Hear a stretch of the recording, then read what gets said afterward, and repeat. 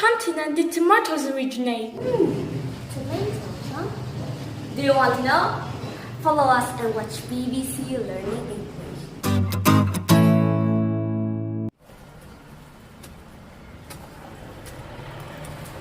Oh, hello, this is 6 Minute English. I'm Neil. And I'm Sam. Sam, have you considered the future of food much? Well, I think in the future I might have a sandwich in about 30 minutes in the future. Not quite what I meant. With the population of the world increasing, along with the negative effects of climate change and other global issues, we might have to radically change our diets in the future. Ah, yes, I have heard about this. There are also the developments from growing artificial meat to developing insect-based foods.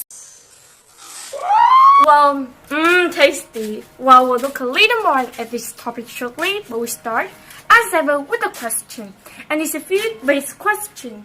In which continent did tomatoes originate? Is it A, South America, B, Africa, or C, Asia? What do you... No idea. I'm going to say Africa, but that's just a guess.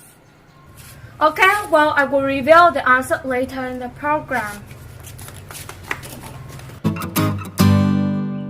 On a recent edition of BBC Radio 4's The Food program, there was an interview with Dr. Morgan Gay. She is a futurologist. A futurologist is someone who studies and predicts the way we'll be living in the future. Her particular area of expertise is the subject of food.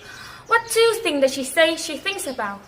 As a food futurologist, I think about not just what we're going to be eating in the future, but why. Why that thing, why that trend, where people suddenly latch onto that food, that way of eating that food at that particular time, and for large companies, that's what they want to know.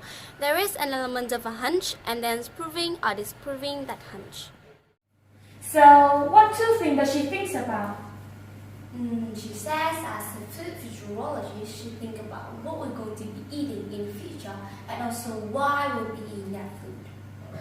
Yes, in particular, she looks at why there are particular trends. A trend is what is popular now or what is becoming popular.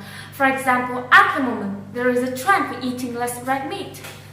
She also looks at why people latch onto a particular trend. To latch onto here means to be very interested in something. So if you latch onto a particular food trend, you start to follow that trend. You might start eating that particular diet. Information about future food trend is very important for companies in the food business. How does she actually predict these trends? She says you start with the hunch, and it's a feeling you get that something is true. You don't have real evidence, but your experience and knowledge makes you think you might be right. Oh, Let's listen again. As a food futurologist, I think about not just what we're going to be eating in the future, but why. Why the thing, why the trend? Why will people suddenly latch onto the food, the way of eating the food at a particular time? And when they work for a large company, that's what they want to know. There is an element of hunch, and then proving or disproving that hunch. Dr. Gay goes on to talk about how on the subject of food, there are restrictions. Why is that? Food business, of course, has many different restrictions around it because it's about safety. We just think that the supply chain and labor laws are very stringent, especially in this country. So it takes a lot longer to get an idea from just a concept, discuss on the table to an art of production, facility, label, branded, tasted, marketed, and put on the shelves.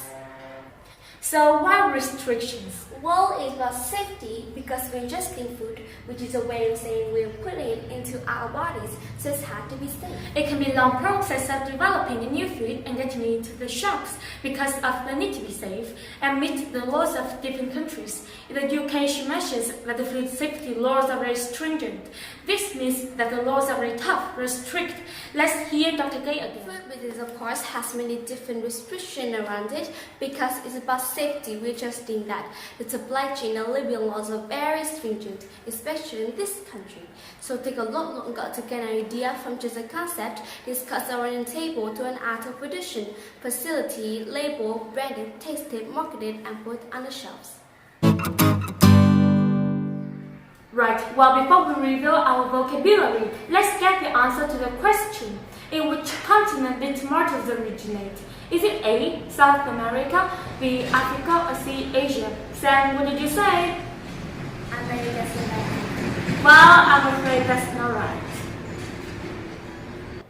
Congratulations though to everyone who said South America. Right, let's recap our words and expressions. Well, we start with the word futurologist. This is a noun to describe someone who studies and predicts the way we'll be living in the future. Then we have trend. This word can describe what is popular now and the way in which what is popular is changing. For example, now we are seeing a trend for eating less red meat in parts of the world. If you latch onto something, you become interested and associated with it. We heard that people very quickly latch onto a food trend. Then there was hunch. A hunch is a feeling about something you think might be true, even though you don't have any real evidence for it. Oh my god!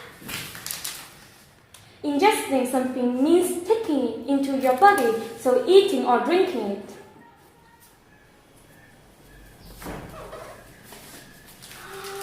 Hey!